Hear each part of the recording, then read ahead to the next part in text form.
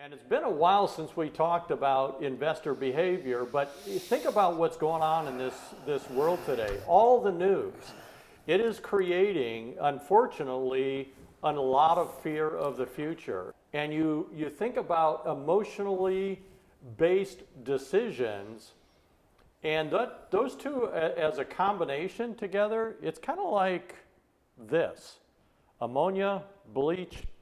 It's not a good combination. Nothing good will come out of that.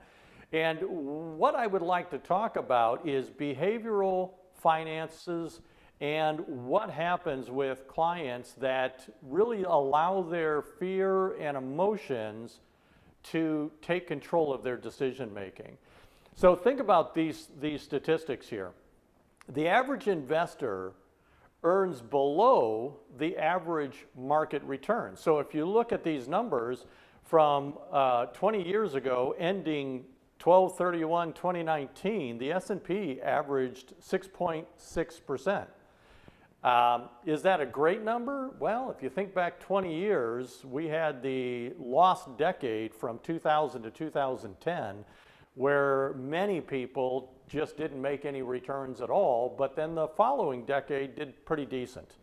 When you look at the average investor's return from the market, it's at about 4.25%.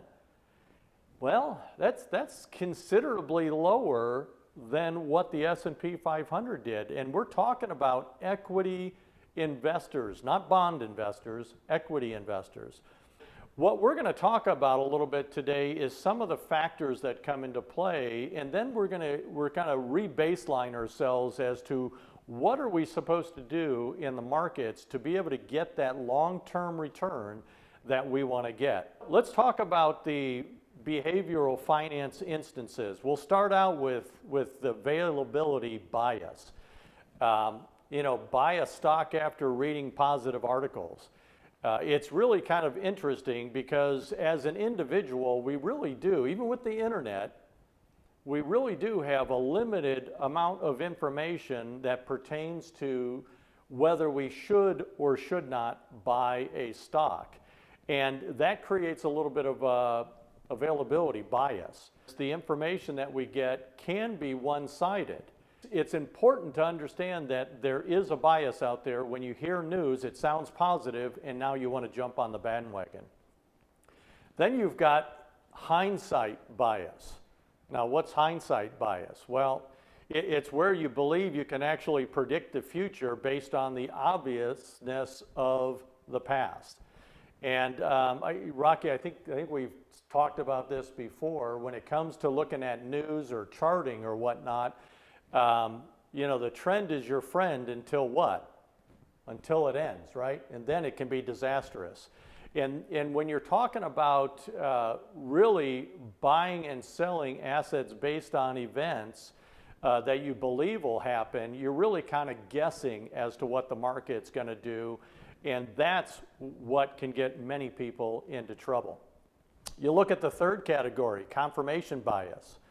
Well, this is where you get over concentrated in one company stock. So effectively your portfolio is going to live and die by that stock. And what happens is you're really unprepared for a potential stock decline.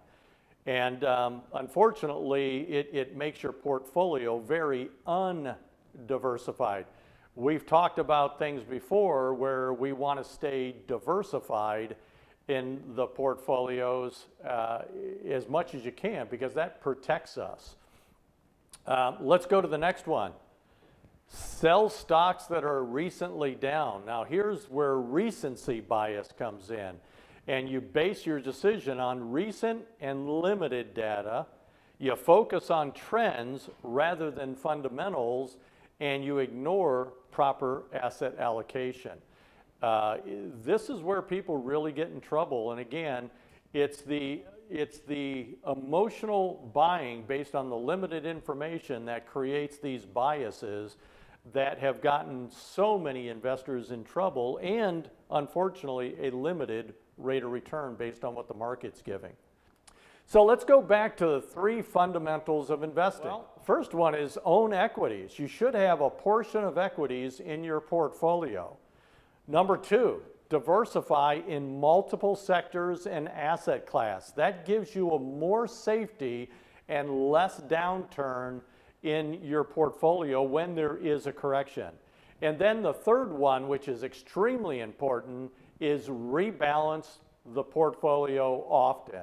And I think that's the area that many people get in trouble with, is the rebalancing. I mean, we do it at really 3 different levels with our portfolios, if you think about it. You know, if you've got exchange traded funds or mutual funds, they get rebalanced literally daily.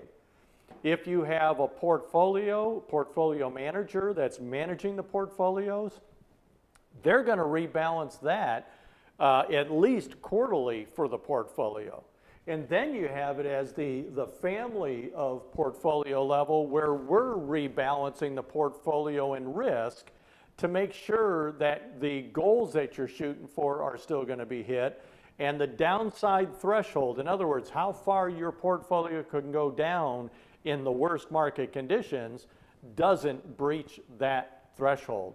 So there is literally 3 levels of portfolio management and rebalancing that we do here at Daniel Krug and Associates to make sure our clients stay on track.